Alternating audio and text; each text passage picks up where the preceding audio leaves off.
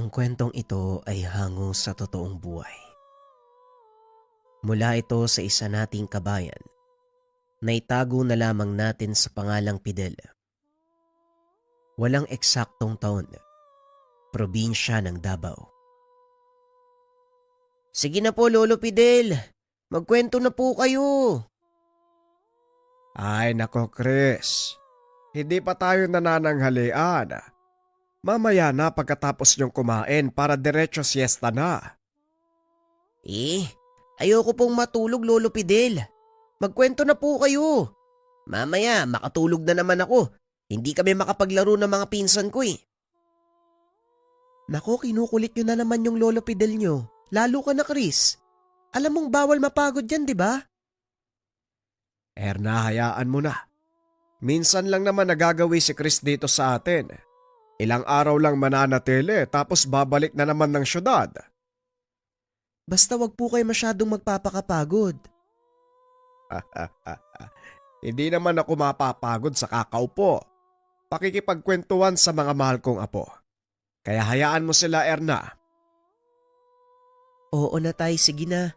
Maghahain na ako na makakain na tayo ng tanghalian. Ito ang karaniwang tagpo sa tuwing dadalaw si Chris kay Lolo Fidel. Nang mga panahong ito, 10 taong gulang pa lang ang paslit. Natutuwa itong makinig sa mga kwento ng matanda, lalo na ang mga tungkol sa kababalagan. Kung minsan nakakalimutan na nitong makipaglaro sa mga pinsan sa labas dahil naaaliw ito sa mga kwento ng matanda. Tuwing hapon, pagkatapos man ng halian, nagsisimula na ang kwentuhan. Kung minsan inaabot pa ito ng alas 5. Nahihinto sa tuwing magdadasal si Lolo Fidel na isang Muslim. Pagkatapos ng pagdadasal, ipinagpapatuloy nila ang kwentuhan. Naupo na lang si Mang Fidel sa higaan, habang ang apo naman nakadapa paikot sa kanya. Sa umpisa nakatuon ang pansin ng mga paslit sa matanda.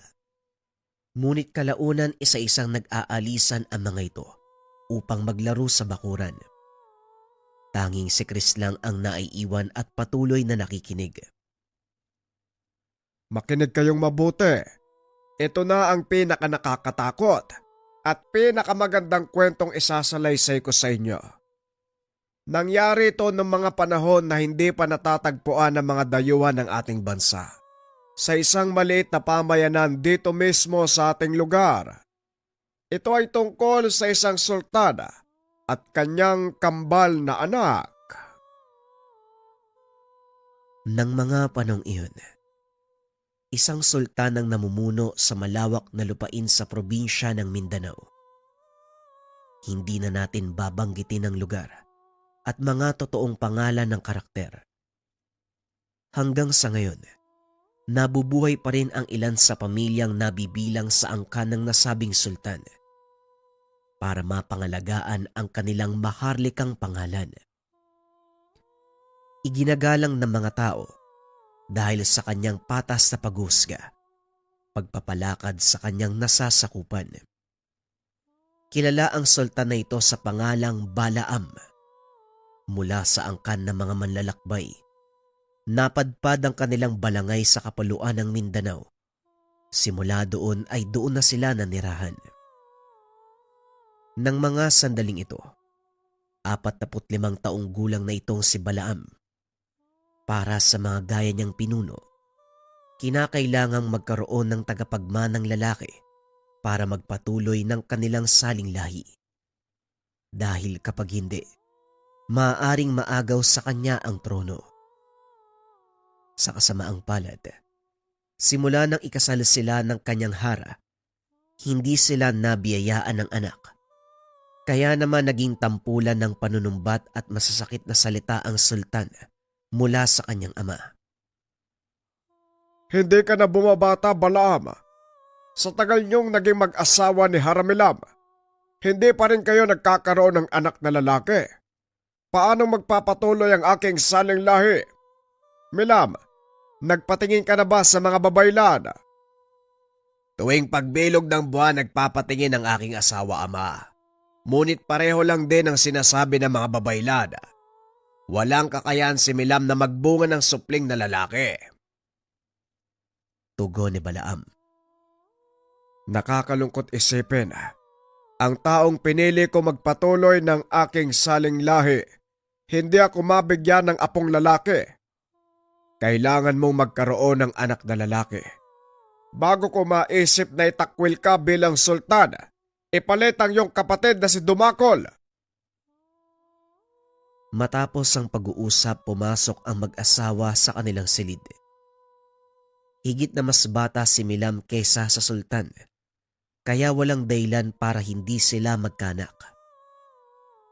Hindi ko alam kung ano ang nangyayari sa iyo, Milam. Lahat naman ng ipinayo ng mga babaylan ay sinunod ko. Pero mukhang ipinagdadamot ng mga bosaw at umalagad ang aking kailingan na anak na lalaki. Alam ko, matagal mo nang gusto ang anak na lalaki.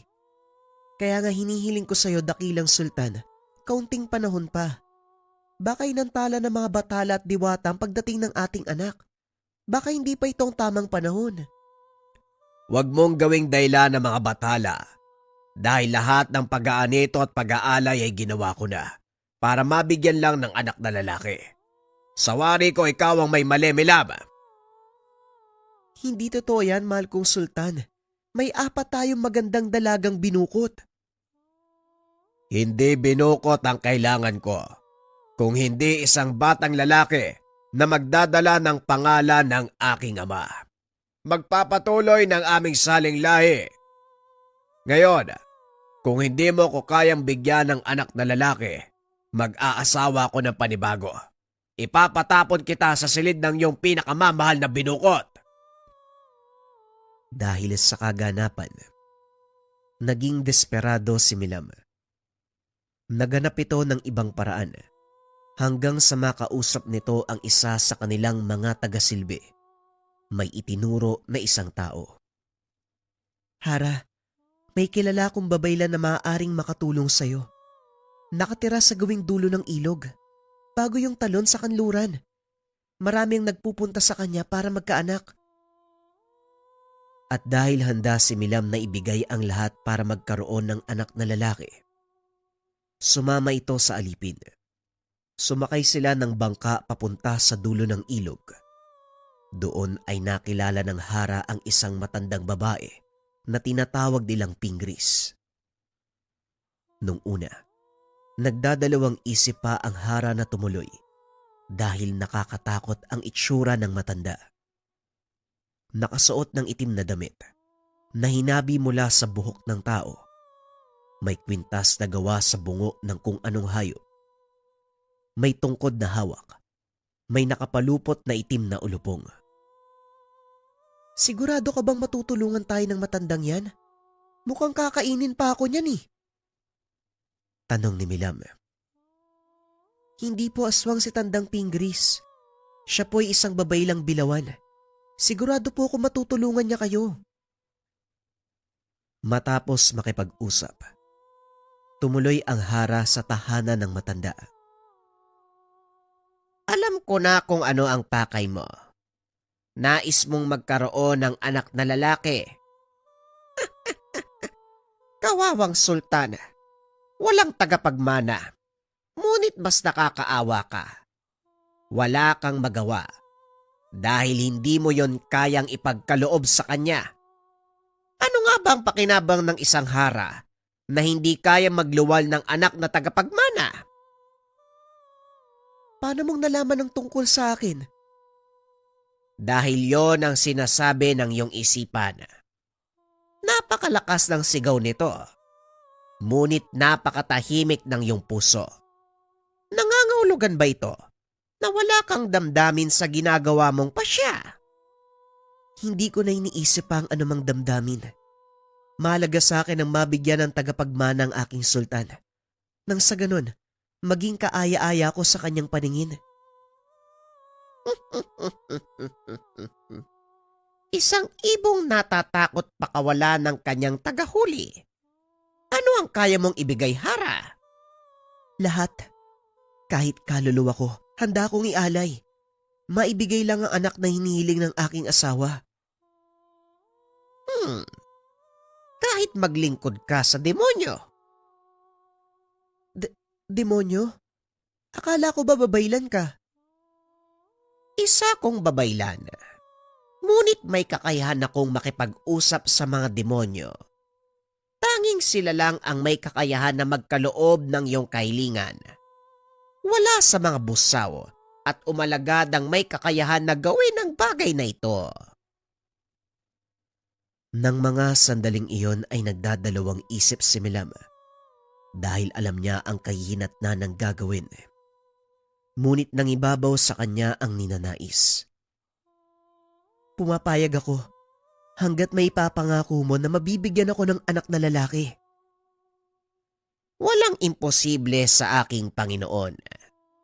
Ipagkakalob nito ang iyong kagustuhan, ngunit sa isang kondisyon. Anong kondisyon? Hindi ka makikipagsiping sa iyong asawa sa loob ng 5 araw. Dahil ito ang panahong ipupunla ng demonyo ang kanyang binhi sa iyong katawan. Pagkatapos ng 5 araw, pipintig ang buhay sa iyong sinapupunan. Hindi lang isa, kung hindi 2. Kambal? Magkakanak ako ng kambal na lalaki? Kambal na lalaki. Ang isa ay magiging mabunying pinuno. Ngunit ang isa, habang buhay siyang susubuking patayin. Sa oras na tumungtong sa edad na 18 ang mga anak mo, kusang aalis ang isa sa kanila. Pagdating ng araw na yon, mamumuhay kayo ng mapayapa, bitbit ang lahat ng pagpapala ng mga busaw at umalagad. Alagaan nyo mga bata. Ituring nyo silang patas sa bawat pagdaan ng mga taon. Lalong magiging mahirap ang mga pagdadaanan. Kailangan nyo itong tiisin hanggang sa umantong sa tamang gulang ang mga bata. Kung sumasang-ayon ka sa gustong mangyari ng aking Panginoon, humiga ka sa mesa. Sisimulan ko ang paghahanda ng iyong katawan.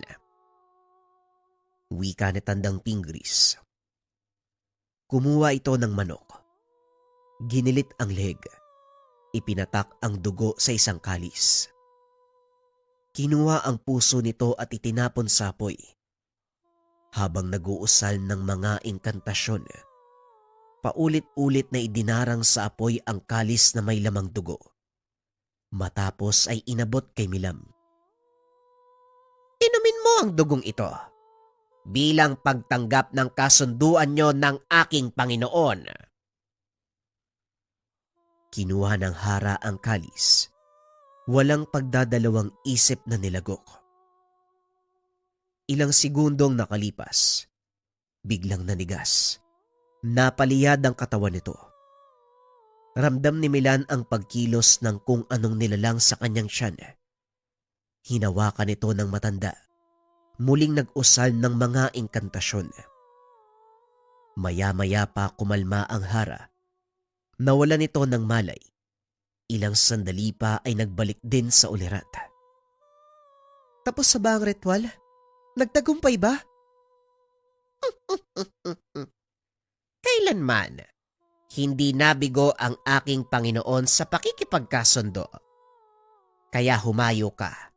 Bitbit ang pag-asa sa loob ng 5 araw na magdadalang tao ka. At matapos ang 9 na buwan, isisilang mo ang kambal na lalaki. Tandaan mo ang sinabi ko. Dahil sa oras na mabigo ka, kabaliktaran ang mangyayari. At nga pala hindi ko nasabi sa'yo. Hindi magiging kaaya-aya ang itsura ng isa sa inyong magiging anak. Ngunit ang isa naman, bibiyayaan ng mukhang pinagpala ng mga diwata. Maging patas ka sa lahat, hara. Gayon dinawa ang iyong asawang sultan. Sige na, humayo kayo. Sandali lang. Kung sakaling gusto kong kumala sa kasunduan, anong maaaring mangyari?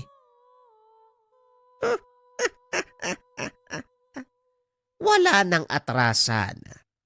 Hindi mo maaaring kalasin ang kasunduan Habang buhay na isusumpa ng demonyo ang inyong angkan, maging ang mga nagmula sa iyo, hanggang sa makarating sa pinakahuling saling lahi.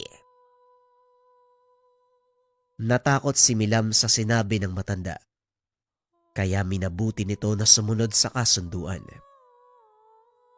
Makalipas ang ilang araw, natupad ang sinabi ni Tandang Pingris. Nagdalang tao ang hara. Walang pagsidla ng galak ang sultan nang malaman nito. Kagad pinamalita sa kanyang nasasakupan na nagdadalang tao ang kanyang hara. Dumating ang araw ng pagsilang ni Milam. Hindi mapakali ang sultan ng mga oras na yun. Paulit-ulit na sumisilip sa silid ng hara upang tignan kung lumabas na ang kanyang anak. Ilang minuto ang nakalipas. Umalingaw-ngaw sa buong tahanan ang iyak ng sanggol. Dali-daling pumasok ang sultan. Nanlaki ang mga mata sa nakita. Lalaki. Lalaki ang aking anak. Ipamalita sa buong ahop na isinilang na ang aking tagapagbana. Wika ng sultan. Kalong-kalong nito ang isang malusog at maputing sanggol na lalaki. Napangiti si Milam at nagpapasalamat dahil dininig ang kanyang kahilingan. Ngunit ilang minuto pa ang lumipas. Muling humilab ang tiyan ng hara. Anong ibig sabihin nito? Kambalang anak mo, Milam. Hindi nakasagot ang hara. Ni minsan hindi nito sinabi sa sultan ang ginawa niyang pakikipagkasundo sa demonyo. Lumabas mula sa sinapupunan ni Mila ang ikalawang anak. Napasigaw ang babaylang nagpapaanak nang makita ang wangis na ikalawang sanggol. Napakaitim. Punong-puno ng balahibo ang katawan. Inilapag ng sultan ng hawak na sanggol. Binunot ang kanyang patalim. Ano ang nilalang na yan? Bakit lumabas sa iyo ang isang hayop? Pinilit ng harang makabangon upang pigilan ng sultan sa balak nitong pagpatay sa kanilang anak. Pakiusap ka, punuan. Anak mo ang sanggol na yan. Huwag mo siyang papatayin, parang awa mo na. Alang-alang sa akin, mahal kong sultan. Dahil sa pakiusap ni Milang, ibinalik ni Balam ang kanyang patalim sa sisidlan. Walang ibang makakalam ng tungkol sa sanggol na yan. Itatago siya gaya ng mga binukot. Huwag papalabasin ang balay. Tandaan nyo, isa lang ang aking anak na lalaki. Matapos ang kaganapan, lumabas ang sultan. Kinausap ng babayla ng hara. Hara, kung inyong mamarapatin, maaari ko bang malaman ang ipapangalan nyo sa sanggol? Ang maputing sanggol, ang pangalan niya ay Labaw dahil siya ang piniling sultan. At ang sanggol na maitim, Irum, dahil hindi kaaya-aya ang muka. Tandaan mo, Hara, pareho mo silang anak at dapat pantay ang tingin mo sa kanila. Hindi na sumagot si Milam dahil sa sobrang pagod. Alam nito sa sarili ang maaaring maging kapalit kung sakaling hindi niya sundin ang napagkasunduan. Sa paglipas ng mga buwan, kitang-kita ang malaking pagbabago sa sultan. Naging masayahin nito at magiliw sa lahat ng mga tao, lalo na sa kanyang napiling tagapagmana. Hindi nito pinapansin si Irum, gaya ng pinag-utos. Inilayo ang sanggol sa paningin ng karamihan. Lumipas sa mga taon, lumaki ang dalawang sanggol na magkaiwalay. Lingid sa kalaman ni Labaw na may kakambal siya. Ang tanging alam lang ng paslit, mga binukot na dalaga ang nakakatanda niyang kapatid. Balik tayo sa kasalukuyang panahon. Napakalungkot naman po pala ng ganun, lolo. Bakit naman po hindi pinayagan ng sultan na makilala ni Labaw ang kapatid niya? Tanong ni Chris. Yun ay sa kadailanang hindi kaaya-ayang itsura ni Irom. Pero alam mo ba, Chris, kung sino pa ang pinagdamutan ng kapalaran, siya pa ang nagtataglay ng mabuting puso. Po, paano mo naman po nasabi? Yung kaklase ko nga laging tinutokso ng isa naming kaklase na may kapansanan daw. Kaya palagi po silang nag-aaway. Tama ka. Karamihan galit ang nararamdaman ng mga taong inaapi. Ngunit iba si Irom. Salip na magtanim ng galit sa mga taong nagtakwil sa kanya, patuloy niya itong minahal ng palihim. Balik tayo sa nakaraan. Madalas nakasilip sa siwang ng pintuan si Irom habang pinapanood na magsanay ang kanyang kambal sa pakikipaglaban. At upang hindi sumama ang kalooban, pinagkalooban ni Milam ang paslit ng sariling kampilan. Habang nagsasanay ang kakambal, ginagaya nito ang mga galaw, taktikang itinuturo ng kanilang ama. Sa tuwing pupuriin ng sultan si Labaw, iniisip ni Irom na ang papuring iyon ay para din sa kanya. Lumipas sa mga taon na ganon ang ginagawa ng paslit. Hanggang sa magbinata, naging mabuting tao si Irom, lalo na sa mga aliping tagasilbi.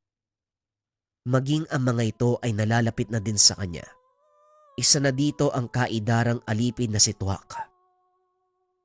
Nang mga panong ito 17 taong gulang na ang kambal, unti-unti nang iminumulat ni Balaam ang kanyang tagapagmana sa tadhana nito. Ngunit kasabay ng pagkamulat ni Labaw, lumalabas ang kanyang ugali. Alam mo, Irom, parang napapansin ko masama ang ugali ng kapatid mong si Labaw. Talaga? Paano mo naman nasabi, Tuwak? Tanong ni Irom. Nang minsang nangunguha ko ng mga panggatong sa gubat, nakita ko siya sinasakta ng isa sa mga kasama niyang alipin kasi hindi lang narinig yung sinabi niya. Ganun ba? Kung ako ang tatanungin, mahalagang pakinggan ang sinasabi ng kausap mo para mas magkaunawaan kayo. Pero hindi pa rin maganda na manakit ka, ha? Yun na nga ang sinasabi ko, Irom. Nagiging malupit ang iyong amang sultan kapag alam niyang nasa tama. Hindi siya basta nananakit dahil lang sa maliit na dahilan. Alam mo, Tuwak, wala tayong magagawa sa bagay na yan.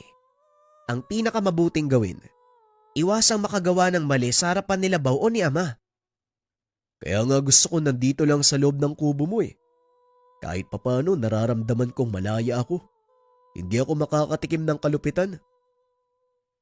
Hayaan mo, Tuwak. Sa oras na maging sultan ng aking kapatid, kakausapin ko siya. Alisin ang batas na nagtatakda sa isang tao bilang alipin. Nang sa ganun, makalaya na kayo. Malabong mangyari ang sinasabi mo, Irom.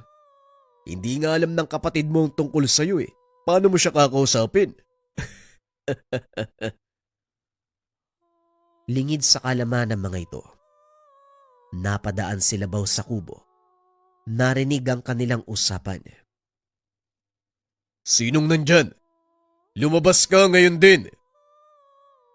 Wika ni Labaw mula sa labas ng kubo. Naku, naloko na. Nandito si Ginoong Labaw. Dito ka lang, Irom, ha. Huwag kang gagawa ng anumang ingay, lalabas ako.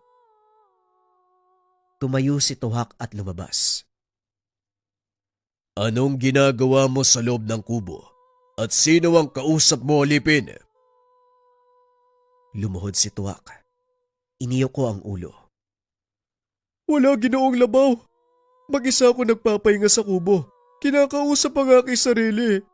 Patawad po kung narinig niyo. Hindi na po mauulit. Kung gano'n nababaliw ka. Ayoko magkaroon ng aliping baliw kapag ako na namumuno. Mga kawal, hagupitin ang alipin upang magtanda. Napatayo si Irom nang marinig ang sinabi ni Labaw. Kaso nga lang hindi to nakagalaw. Nang makita si Tuwak, nakatitig sa kanya habang nakangiti. Hinahagupit na mga kasama ni Labaw. Siguro naman, magtatanda ka na, alipin. Opo, Ginoong Labaw. Patawad po. Hindi na po mauulit. Tugon ni Tuwak. Matapos ay umalis na ito. Bumalik naman sa loob ng kubo si Tuwak. Patawarin mo ko, Tuwak. Nahagupit ka pa dahil sa akin. Kasalanan ko yan eh. Hindi ako dapat nakikipag-usap sa iyo eh. Wika ni Irum habang pinupunasan ang dugo sa likod ni Tuwak. Huwag kang mag-alala, Irum. Sanay na ang katawan ko sa ganito. Nakalimutan mo ba? 20 taon na akong alipin. Simula na magkaisip ako. Puro hagupit na yung natatamo ko eh. Kaya banat na ang katawan ko. Madid na ang balat ko sa ganyang mga bagay. Pero hindi pa rin dapat maranasan ng ganyan. Tama ka. Nag-iiba nga ang ugali ni Labaw. Kakausapin ko si Ina tungkol dito. Huwag ka nang mag-aksaya ng panahon, Irum. Hindi papakinggan ng sultan ang sasabihin ni Haramilam. Kahit na, kailangan niyang malaman ang nangyayari. Kahit hindi pakinggan ni Ama si Ina, siguro naman, kaya niyang pagsabihan. Pag-uusap ng dalawa. Isang beses sa loob ng 1 linggo kung bumisita si Haramilam sa kubo ni Irum. Yun lang din ang pagkakataon para makausap niya ito. Unti-unti na pong nagbabago ang ugali ni Labaw. Nagiging malupit sa tao sa mga alipin. Kamakailan lang, hinagupit niya si Tahok. Narinig niya kasi nagsasalita mag-isa. Gustuin ko mang ituwid ang pagkakamali ng kakambal mo. Hindi siya makikinig sa akin. Ngunit kailangan matuwid ang ganyang ugali niya. Mali yan eh. Alam kong kaya mong gawin yan, Ina. Sa oras na uminto ang pagpapakain ko sa isang anak, tapos na rin ang obligasyon ko sa kanya bilang ina. Ang iyong amang sultan ang higit na may kapangyarihan upang pagsabihan si Labaw. Kung ganun, edi si Ama ang kausapin niyo. Wala ring mangyayari, Irum. Dahil hindi papakinggan ng sultan ng hinanaing ng isang hara. Bakit hindi mo nalang hayaan ang kapatid mo? Ina, hindi ko kayang magbulag-bulagan sa mga nakikita ko. Lalo pa ko yung magiging pinuno natin, kagaya ni Labaw. Maghinay-hinay ka sa sasabihin mo, Irum. Dahil sa oras na may makarinig sa'yo, paniguradong mapaparusahan ka. Malalantad ang totoo mong pagkatao, mas malaking kaguluhan ang mangyayari. Kaya hanggat maaari, huwag kang makikialam. Wala nang nagawa si Irum. Ayaw niyang mapahamak ang ina. Tiniis ng binata ang nakikitang kalupitan. Hanggang sa lumipas ang ilang buwan. Sumapit ang 18 kaarawan ng kambal. Kasalukuyang naghahanda para sa isang piging ang tahanan ng sultan. Binibihisan ng mga alipin si Labaw. Habang nakaupo at nag-aantay, may narinig na boses ang binata. Halika, Labaw. Oras na para umuwi. Hinanap ni Labaw ang pinagmumulan nito. Tinignan ang mga alipin. Napakalayo na mga ito sa kanya, kaya imposible na isa sa kanila ang bumulong. Sinong lapastangan na nagbulong sa akin, tenga? Magsalita kayo. Dahil kung hindi, mapaparusahan kayong lahat ng narito. Nagsipagluhuran ang mga alipin. Sinabing wala sa kanila ang bumulong. Muling naupo ang binata at sinubukang magpakainahon. Ngunit ilang minutong nakalipas, muli na namang may bumulong. Labaw, tumayo ka. Damputin ang iyong kampilan. Oras na para umuwi. Muling tumayo ang binata. Sa pagkakataong iyon, hinawakan ng kampilan. Sino ang bumubulong sa inyo? Talagang sinusubukan niyo ang aking pasensya. Binunot nito ang kampilan. Isa-isang pinagtataga ang mga alipin. Maswerteng nakatakas ang ina ni Tuwak mula sa tiyak na kamatayan. Kaya nalaman ni Irom ang nangyayari sa balay ng kanyang ama. Sumusobra na si Labaw. Tuwak, akin na ang kampilan. Anong gagawin mo, Irom? Hindi ka pwedeng magpakita sa maraming tao. Babalutin ko ang aking muka. Kailangan maituwid ang ugali ng kambal ko. Dali-daling kumuha ng tela si Tuwak at ibinalot sa mukha ni Irom. Matapos ay tumakbo na ito papunta sa tahanan ng sultan. Nagkakagulo ng mga oras na yun. Marami sa mga kawal ng sultan ang bumagsak dahil hindi nila kaya ang lakas ni Labaw.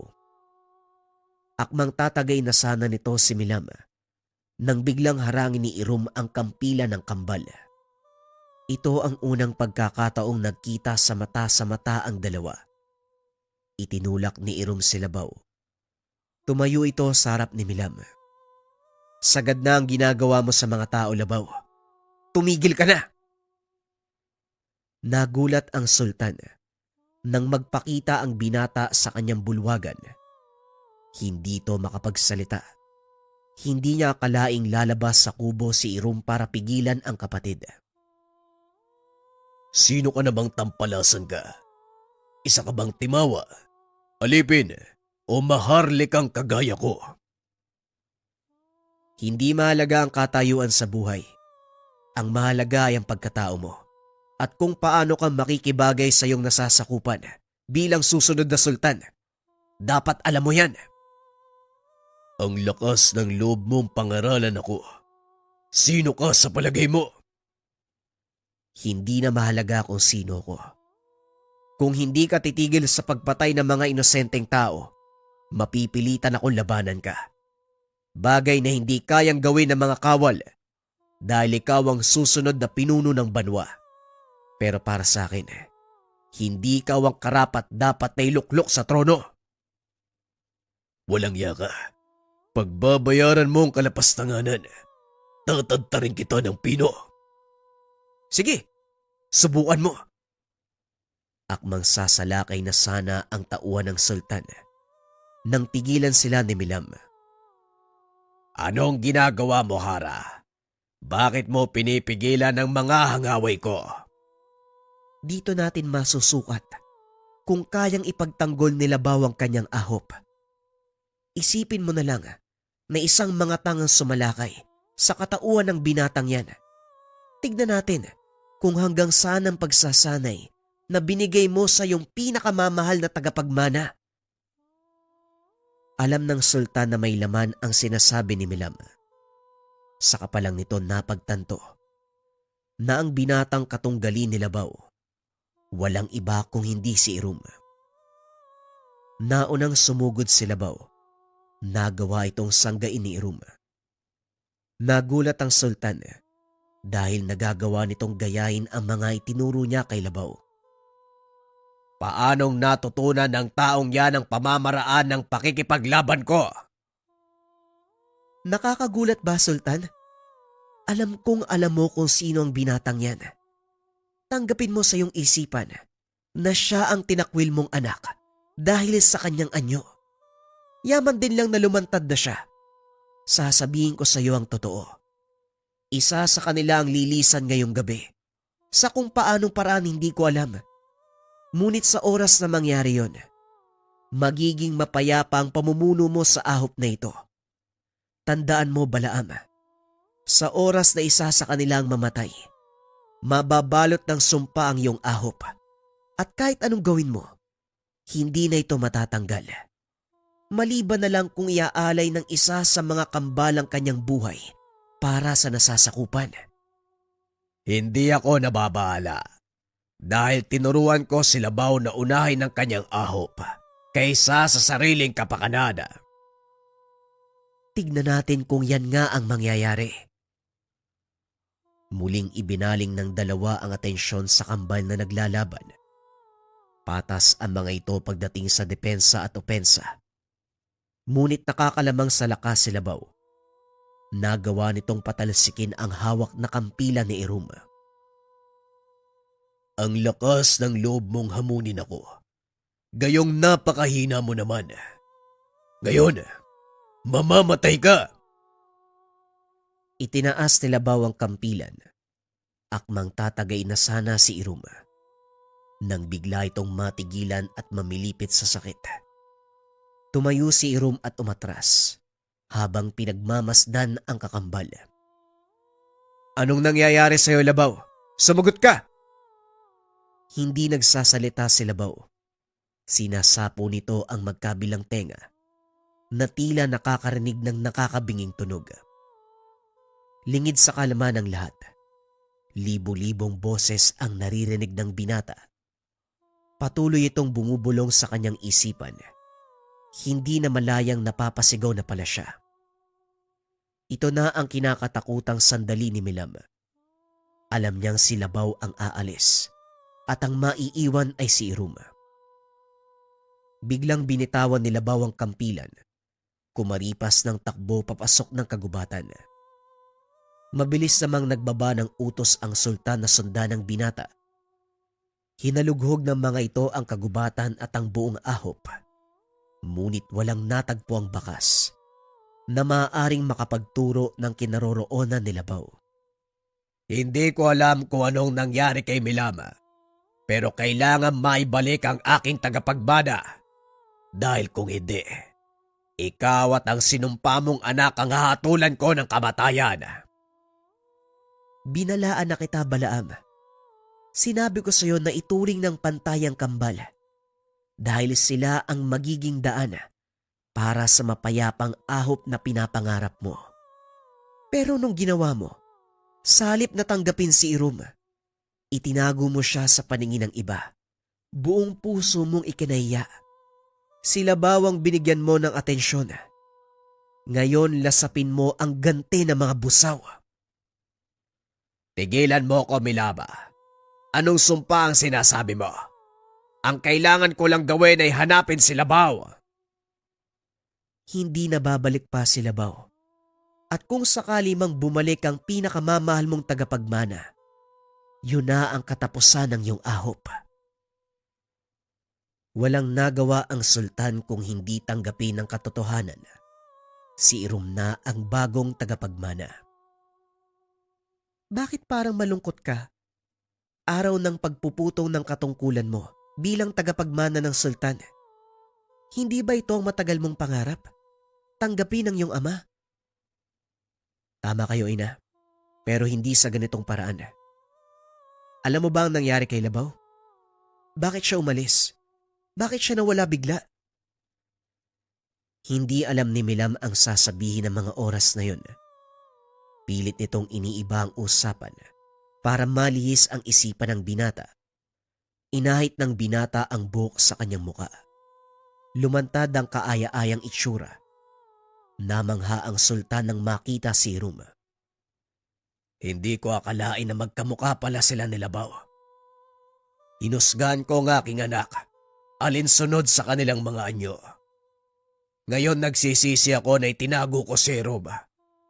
Gayong siya ang nagtataglay ng katangian ng isang pinuno.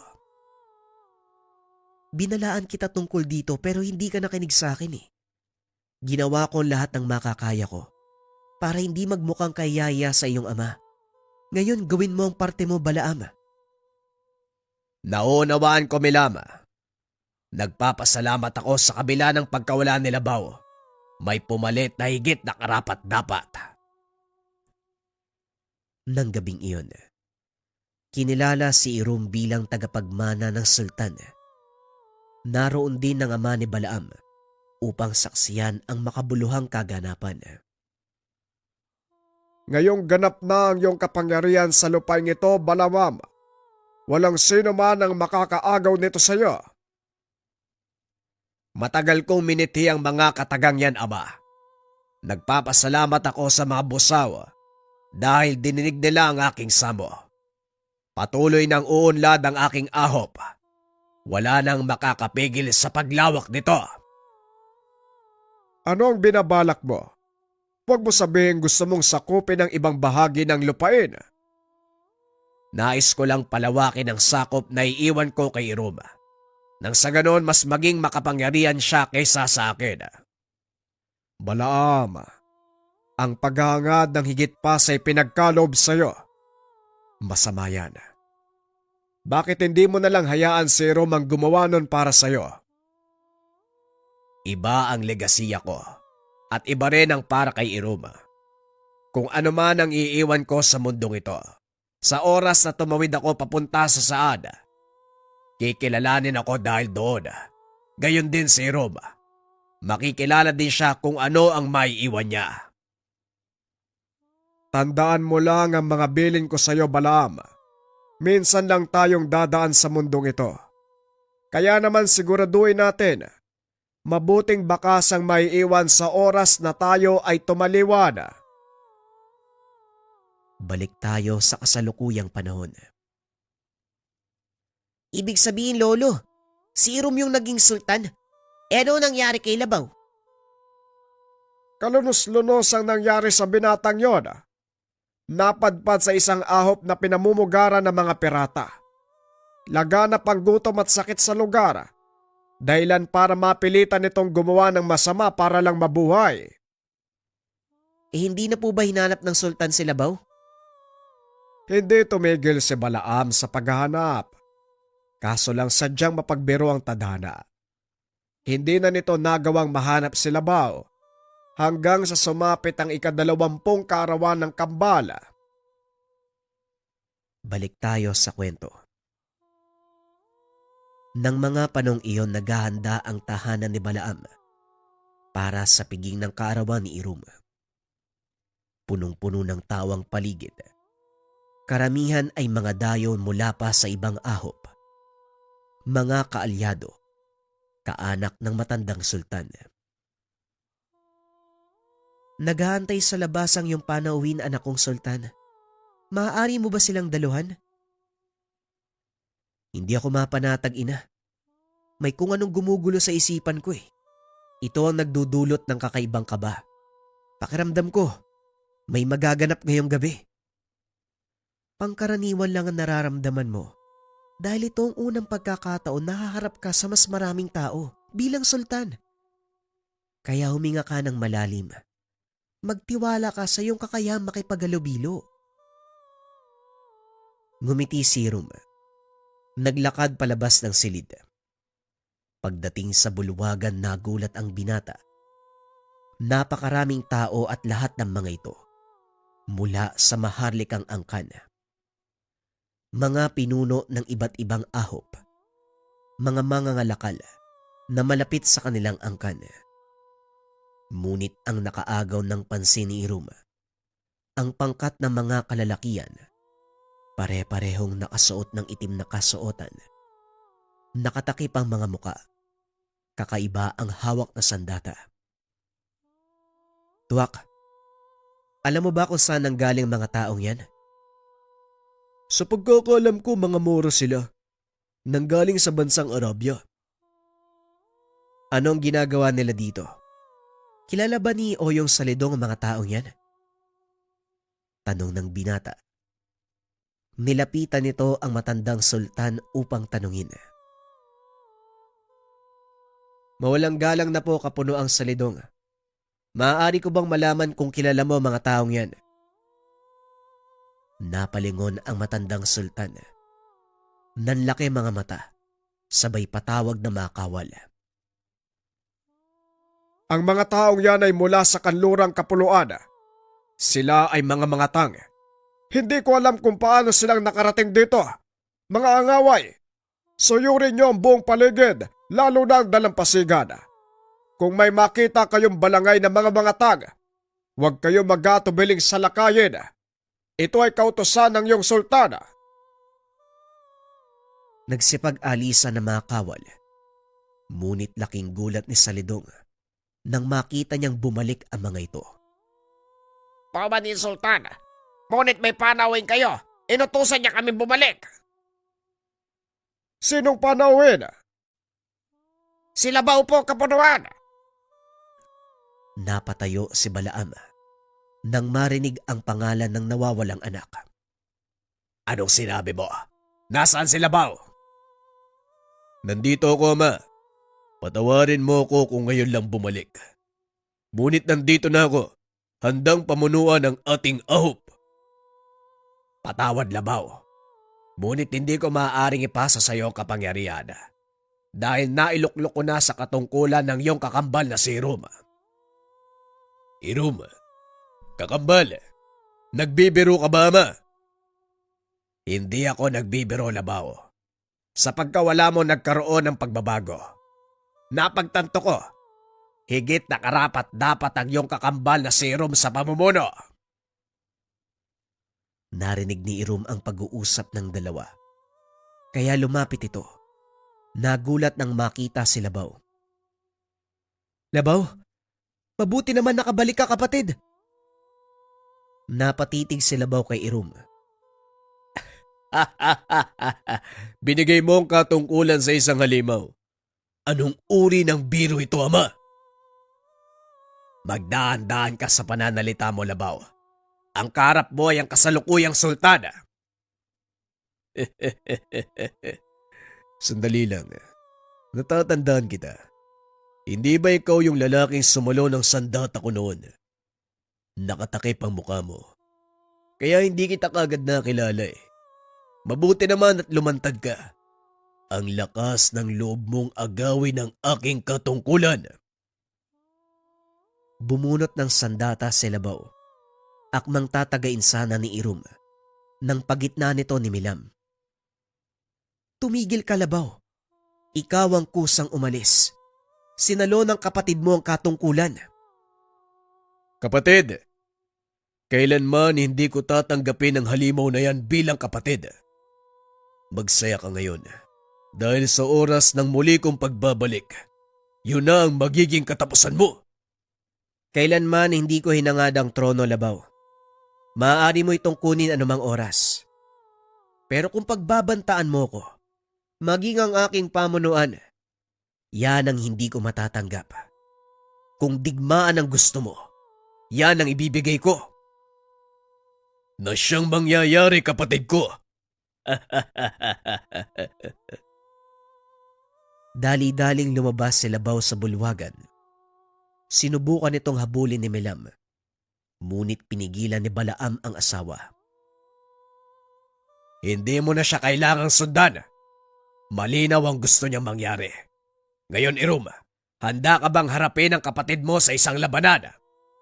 Hindi ko po alam, Ama. Kakambal ko si Labaw at ayaw ko magkasakitan kami. Ngunit hindi mo ito maiwasan. Lalo pat nagbanta siyang babalik. Mas mainam na pagandaan mo ang araw na yon. Pag-uusap ng mag-ama. Samantala sa panig ni Labaw. Mga walang hiya. Ako ang karapat dapat na sultan. Hindi ang halimaw na yon. Humanda ka. Dahil babawiin ko kung ano ang nararapat na sa akin. Wika ng binata sa sarili. Nasa gitna sila ng kagubatan, kasama ang kanyang pangkat. Doon na malagi ang mga ito para hindi matunton ng mga kawal ng kanyang kakambal. Habang nag-iisip, muling narinig ang boses ng demonyo. Ikaw ang totoong sultan, hindi si Roma. Bawiin mo ang nararapat na sayo. Yun ang gagawin ko. Handa kong ibigay ang lahat. Mabawi ko lang ang korona sa halimaw na yon. Handa akong tumulong. Magsabi ka lang. Lahat ng kakailanganin mo ay pagkakalob ko. Lahat? Lahat, Labaw. Gagawin ko para sa aking anak. Nagulat si Labaw sa sinabi ng boses. Maya-maya isang figura ang lumitaw sa kanyang harapan. Nanlaki ang mga mata ng binata dahil isa itong demonyo. Sino ka? Anong ginagawa mo dito? Ako ang nilalang na walang pangalan, ngunit kilala ko sa maraming katawagan. Inggit, puot, pagnanasa at kasakiman. Kaya kitang tulungan, aking anak. Ako ang lumikha sa'yo. Kalooban ko ang isilang ka sa mundo. Kalooban mo? Paano nangyari yun? Hindi ba sinabi sa'yo ng mahal mong ina? Nakipagkasundo siya sa akin upang maisilang kayo at mabigyan ng tagapagmana ang iyong ama. Heto ka ngayon. Karapat dapat na sultan, ngunit nakikipag-agawan sa kapangyarihan. Gusto kong mabawi ko nung sa akin. Sundin mo lahat ng sasabihin ko. Mapapasayo ang iyong nais. Hindi lang ang kaharian ng iyong ama, kundi ang buong sangkatauhan. Sasambahin ka. Magkakaroon ng hindi masukat na kapangyarihan. Napangiti si Labaw, sumang-ayon sa gustong mangyari ng demonyo. Nakipagkasundo ito at gaya ng pinangako ng nilalang. Pinagkaloban siya ng kapangyarihan at mga kawal na maaaring gamitin sa pagsalakay sa ahop ng kanyang ama. Sa kasalukuyang panahon, Nakipagkasundo sa demonyo si Labaw. Eh di mas malakas na siya kay Irum. Diyan ka nagkakamali, Apo. Dahil si Fidel, ginagabayan ng mga umalagad, engkanto at diwata. Hindi niya nga lang alam. Eh paano po yun, Lolo? Hindi niya alam na may kaibigan siyang engkanto. Hindi, Apo. Walang kamuwang-muwang serum na kinalulugdan siya ng mga elemento dahil sa likas niya ang kabutihan. Eh anak siya ng demonyo, di ba? Magkakambal nga sila ni Labaw eh. Ikaw talagang bata ka. Makinig ka na nga lang nang malaman mo ang buong kwento. ng mga sandaling ito, naglalakad si Irum kasama ang kanyang ama sa nasasakupan upang tignan ang pagsasanay ng mga bagong mandirigma. Sasapat na siguro ang bilang natin laban sa puwersa ni Labaw. Mabuti na lang at nakiisa si Ama. Nagpapadala ng mga kawal para tumulong. Maganda din ang panukala mong tanggalin ang pagkaalipin ng ilan sa ating nasasakupan. Mas marami tayong nakuwang mandirigma. Yun naman ang nararapat, Ama. Para sa akin, pantay-pantay ang lahat. Ito ang bakas na iiwan ko. Kung sakaling dumating man ang panahon na kakailanganin kong tumawid sa saad.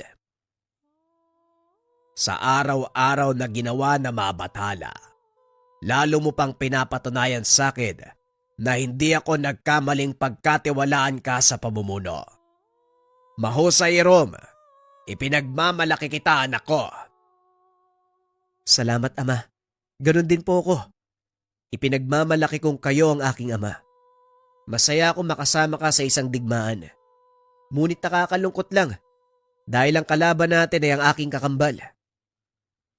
Ito ang inyong kapalaran. Hindi na natin mababago. Masyadong mataas ang ginawa kong harang sa inyong magkapatid.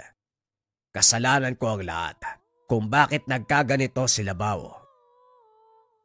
Hindi ito ang panahon para sisihin ang sarili, Ama. Kalooban ito ng may likha, kaya wala tayong magagawa kung hindi sumang-ayon. Tama ka. Isa sa mga katangian ng mabuting pinuno ay pagsunod sa kalooban ng kanyang Panginoong pinaglilingkuran at sinasamba. Habang nag-uusap ang dalawa, dumating ang isa sa kanilang mga tagamasid. Nagpadala ito ng tao sa kuta ni Labaw upang malaman ang kilos ng mga ito at mapaghandaan.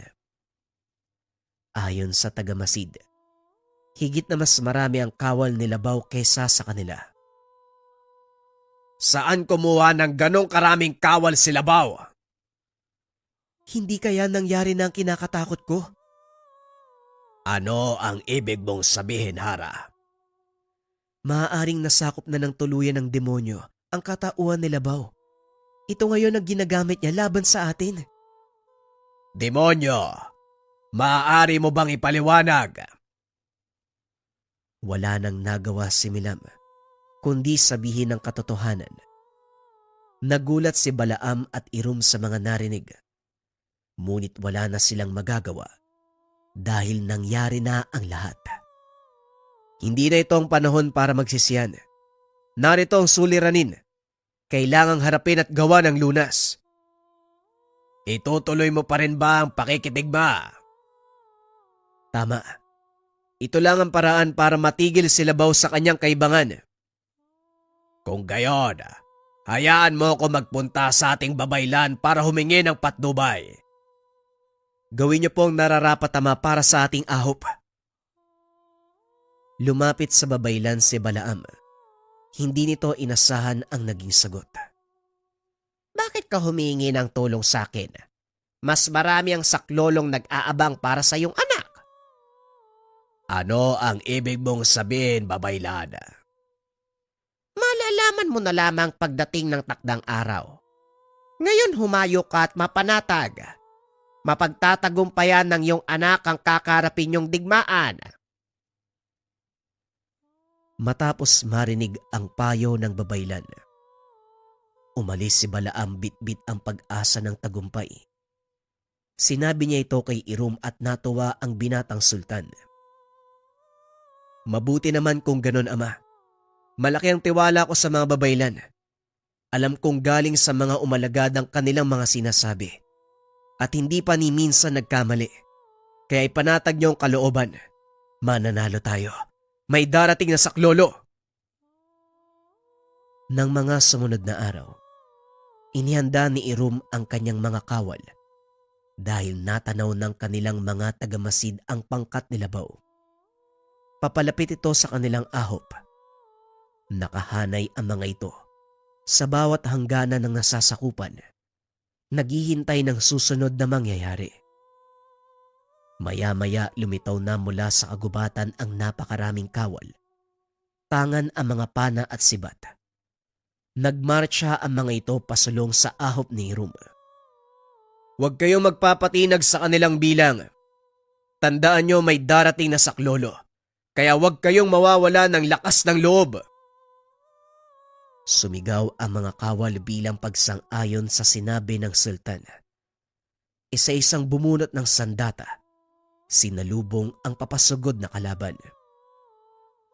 Alam ni Irum na wala ng atrasan. Makakabangga niya na sa totoong digmaan ang sariling kapatid. Nakita ni Labaw si Irum. Dali-dali itong bumunot ng kampilan at sumugod sa kalagitnaan ng dalawang nag-uumpugang panig. Sinalubong ito ni Irum. Nagpang-abot ang dalawa. Hindi tayo dapat naglalaban ng ganito. Magkadugo tayo. Hindi tayo hahantong sa ganito kung nanahimik ka sa lunggang pinagtataguan mo noon. Ginawa ko lang ang nararapat. Wala akong masamang intensyon. Wala kang masamang intensyon. Tignan mo ang kinakatayuan mo. Nasaan ka ngayon at nasaan ako? Hindi ko ninais ang ganitong kapalaran. Kung ano man ang nawala sa'yo, sa tingin ko ay nararapat lang yun. Dahil hindi ka nababagay sa ganong katayuan. Tumahimik ka! Hinambalos ni Labaw si Irum gamit ang likod ng kampilan. Napagtanto ng binata na wala siyang balak patayin ng kakambal. Tumigil ka na. Walang kahihinat na ng digmaang ito. Nagpatuloy ang laban ng dalawa hanggang sa unti-unting umatras sa mga kawal ni Irum. Nadadaig na mga tauhan ni Labaw ang mga ito. Ngunit laking gulat ni Labaw nang biglang tumahimik ang paligid. Narinig ang dagungdong ng mga paa. Unti-unting lumabas ang mga kawal mula sa kagubatan. Pinagsusugod ng mga ito ang mandirigma mula sa panig ni Labaw. Lalo na ang mga hangaway na ipinagkalob ng demonyo. Isa-isang namatay ang mga ito hanggang sa wala nang magawa kung hindi tumakbo. Patuloy na naglalaban ang kambal. Alam ng lahat na hindi titigil ang mga ito hanggat walang bumabagsak sa kanilang dalawa. Pakiusap, Balaam. Pigilan mo ang mga anak natin. Hayaan mo silang maglaban. Itinakda ito ng may likha. Ngunit magpapatayan silang dalawa. Hindi ka ba naaawa sa mga anak mo? Nagmula sila sa'yo, ngunit hindi sa akin. Gayunpaman minahal ko sila. Itinuring na totoong anak. Hayaan mo silang maglaban. Dahil dito mapapatunayan kung sino talaga ang nararapat na tagapagmana. Tumagal ang laban ng halos 2 araw. Wala ni isa sa kanila ang nais na sumuko. Nagsipagbagsakan ang magkabilang panig, ngunit patuloy pa rin ang kanilang sagupaan. Hanggang sa nagbanggaan ang kanilang kampilan sa huling pagkakataon. Kapwa naputol ang mga sandata. Nagbagsakan ang kanilang mga katawan. Itigil mo na, Labaw. Wala na tayong mapapala, pagod na ang katawan natin. At isa pa, wala na tayong mga sandata. Kung gusto mong makuha ang trono, ipagkakalob ko sa'yo. Hindi lang yon ang hangad ko. Nais ko ng kapangyarihang maaaring sumakop sa buong mundo. Ngunit mukhang hindi ko na makakamit. Bahala ka na, Irum. Ipapaubaya ko sa iyo ang lahat. Masaya akong nakilala ka at malamang may kakambal ako. Sana nagkakilala tayo sa ibang pagkakataon. Hindi sana umabot sa ganito. Alam mo ba, simula na mga bata tayo, pinagmamasdan kita eh. Gustong gusto ko makipaglaro sa'yo. Kaso nga lang hindi ako pwedeng lumabas ng kubo. Kinakatakutan ako ng mga tao eh. Kahit nung magbinata tayo at nagsasanay ka sa pakikipaglaban, sinasabayan kita eh. Pinagmamasdan kita. Kaya pala magkatulad tayo ng galaw at naging patas ang laban. Sayang, huli na ang lahat para sa akin. Ipinagkalob ko na ang kaluluwa ko sa demonyo. Paalam, Irum. Paalam, mahal kong kapatid. Unti-unting naging abo ang katawan ni Labaw. Gusto imang pigilan ni Irum ang pagkawala ng kapatid. Wala na itong magagawa. Sa kasalukuyang panahon, Sayang naman namatay si Labaw. Kung kailan naman nagkasundo na sila. Ganon talaga ang buhay. Hindi tayo maaari magtagal at manatili dito sa habang panahon. Dahil lahat ng nilikha ay kailangan magwakas. Sana lang hindi namatay si Labaw. Pwede nilang pamunuan yung kaharian nila, no? Yan ang nangyari sa Kambal Chris. Muling isinilang si Irum at Labaw, ngunit sa ibang katauhan. Sa pagkakataong ito, magkasundo na ang dalawa at parehong namumuno sa isang kumpanya. Kumpanya? Teka, kambal din si tatay sa si Tio Romulo ah. Hindi kaya sila ang tinutukoy mo, Lolo Fidel? Ano sa tingin mo? napagtanto ni Chris na ang kwento ng matanda tungkol sa kanyang ama at tiyuwing si Romulo. Kambal ang mga ito ng isilang. Parehong nagpapatakbo ng kanilang kumpanya. Magandang gabi, Tatay Fidel. Kumusta naman po ang apo nyo? Romulo, mabuti naman nandito ka. Nasaan si Ramon? Oo nga po, nasa si tatay. May tatanong sana ako sa kanya eh. Sa akin mo na lang itanong. Sigurado namang masasagot ko mga yan. Kasalukuyang lumalagok ng tubig si Romulo. Walang ano-ano. Ibinato ni Chris ang tanong. Kayo po ba yung reinkarnasyon ni Irum at Labaw? Biglang naiboga ni Romulo ang iniinom. Napatingin kay Mang Fidel. Atin natin lang to ha. Tama ka. Kami nga ang reinkarnasyon ni Irum at Labaw. Kinumpirma din ito ng ama ni Chris. Totoo ang sinasabi ng matanda. Ayon sa mga ito, nakikita nila sa panaginip ang mga pangyayari noong mga panahon na nabubuhay pa si Irom at Labaw. Ito ang kanilang naging gabay sa mga desisyon na gagawin sa araw-araw. Ang talambuhay ng dalawang binata o mas kilala sa tawag na kambal demonyo.